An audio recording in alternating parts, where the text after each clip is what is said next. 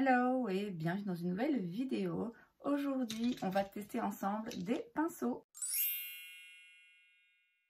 Il s'agit plus précisément d'un kit de pinceaux CN Beauty qui, je pense, est disponible chez Lidl. C'est ma copine Sandrine, encore elle, qui me les a offerts. Vous avez donc 7 pinceaux à l'intérieur. Alors, on a ce que eux appellent un pinceau à poudre, un pinceau pour contouring, donc biseauté, un pinceau estompeur, un pinceau à fond de teint, pinceau plat, c'est pas ce que je préfère mais on va jouer le jeu. Ici ils disent que c'est un pinceau pour ombre à paupières, moi aujourd'hui je vais l'utiliser pour l'anti-cerne a priori.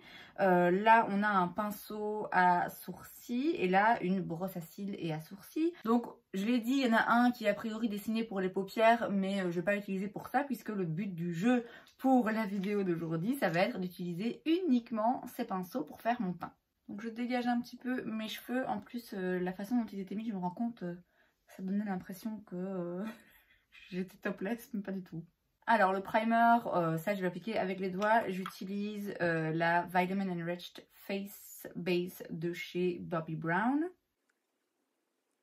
Alors avant de mettre du fond de teint, je vais mettre un petit peu du Under Eye Brightener de chez Catrice. Donc c'est un correcteur. Donc ça j'aime autant le mettre avant le fond de teint et pour ça j'utilise donc le petit pinceau qui est en principe, donc d'après eux, un pinceau pour fard à paupières. Comme j'ai dit, moi aujourd'hui je vais l'utiliser pour le correcteur et sans doute aussi pour l'anti-cerne. Bon, j'y vais aussi un petit peu au doigt. C'est pas tricher, hein. J'ai le droit d'utiliser mes doigts, je peux juste pas utiliser d'autres pinceaux. Donc maintenant pour le fond de teint, je mets mon Revlon Color Stay. Je vais mélanger un petit peu les deux teintes. Et donc pour ça, je mets juste l'excédent là. Pour ça, j'utilise le pinceau pour fond de teint. C'est un pinceau plat. J'en ai un déjà de chez Sigma, il me semble. Je suis pas fan moi de l'application du fond de teint au pinceau plat. Je trouve que ça a toujours tendance à faire un petit peu plus de traces qu'avec des pinceaux avec des poils très très condensés qui sont plus appropriés d'après moi pour le fond de teint. Mais écoutez, on va jouer le jeu. À la limite, ça peut être intéressant en première application juste pour déposer le produit. Mais pour le travailler et le fondre dans le teint et l'estomper, je trouve quand même que d'autres formes de pinceaux ou alors une éponge sont plus appropriées. Estomper un fond de teint avec un pinceau plat, je trouve ça un peu, je sais pas, c'est contre-intuitif pour moi. Par contre, effectivement, comme j'ai dit, déposer le produit un petit peu grossièrement, je veux dire en plus grosse quantité, et après venir le travailler à l'éponge, ça me parle déjà un petit peu mieux. Je devrais d'ailleurs un jour utiliser cette technique. Ça m'est déjà arrivé mais ça fait longtemps. Je suis pas satisfaite forcément de ce pinceau, mais c'est pas dû à la qualité du pinceau, c'est dû à sa forme et son emploi. Je vous ai dit, c'est pas le genre de pinceau que j'aime pour mettre le fond de teint parce que j'ai l'impression que ça sèche un petit peu, c'est pas agréable en plus, ça tire un petit peu sur la peau et ouais, je trouve pas que le résultat soit forcément toujours optimal, mais bon voilà, ça a déposé le fond de teint, il n'y a pas de problème avec ça. Je vais passer maintenant à l'anti-cerne et pour ça je vais utiliser le petit pinceau que j'ai utilisé tout à l'heure pour le correcteur. Je vais juste le retourner, mais en soi, c'est pas bien grave. Et pareil, c'est pas a priori le genre de forme de pinceau que j'aime utiliser pour l'anti-cerne. Mais écoutez, dans ce cas-ci, il n'y a pas vraiment d'autres options dans le kit là que j'ai. J'en mets aussi sur 2-3 petites imperfections et un peu aussi sur les paupières.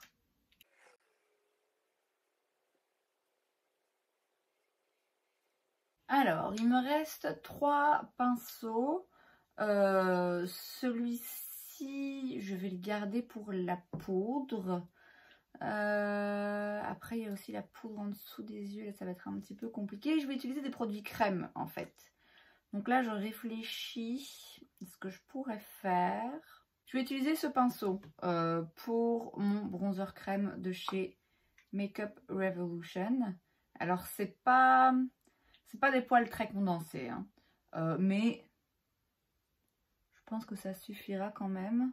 Celui-ci normalement c'est ce que eux appellent un pinceau estompeur. Ok, mais estompeur de quoi?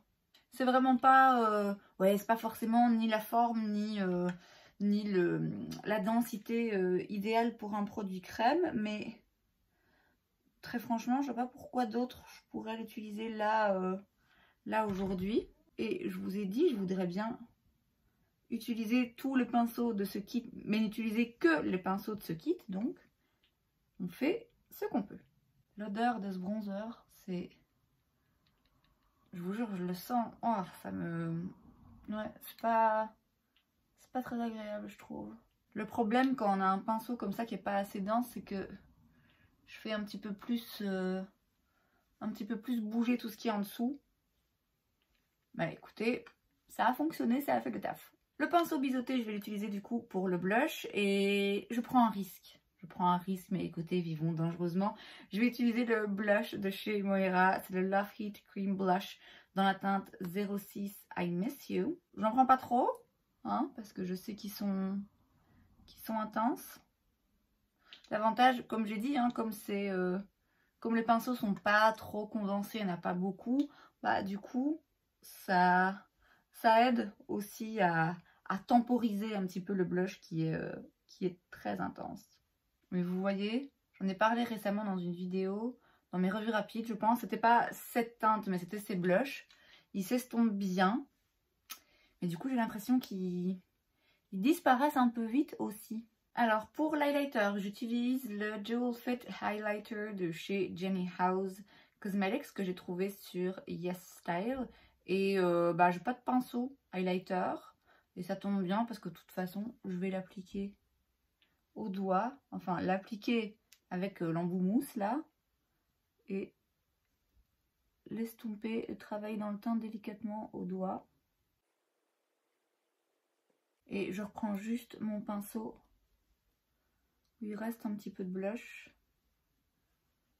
pour tout fondre et m'assurer que il n'y ait pas trop de démarcation non plus.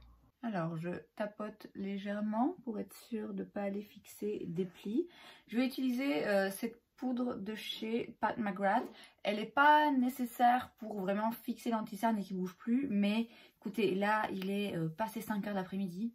Hein, donc ce make-up ne va pas rester longtemps, donc c'est pas bien grave. Et je vais l'appliquer au doigt du coup. Ça va me permettre d'être précise et de bien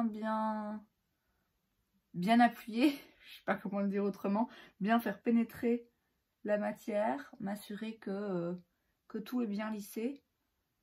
Et puis bah j'ai pas vraiment de pinceau, ça pour moi c'est pas assez précis pour aller fixer l'anti-cerne, donc je pense que mon doigt ça suffira.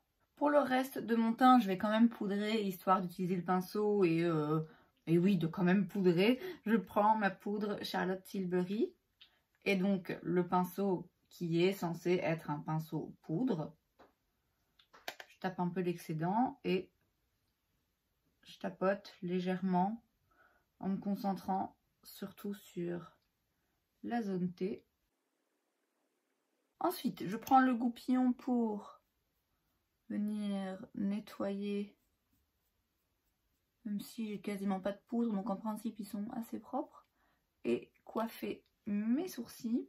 Et je vais utiliser du coup le petit pinceau là, liner et sourcils, pour venir les remplir avec une poudre.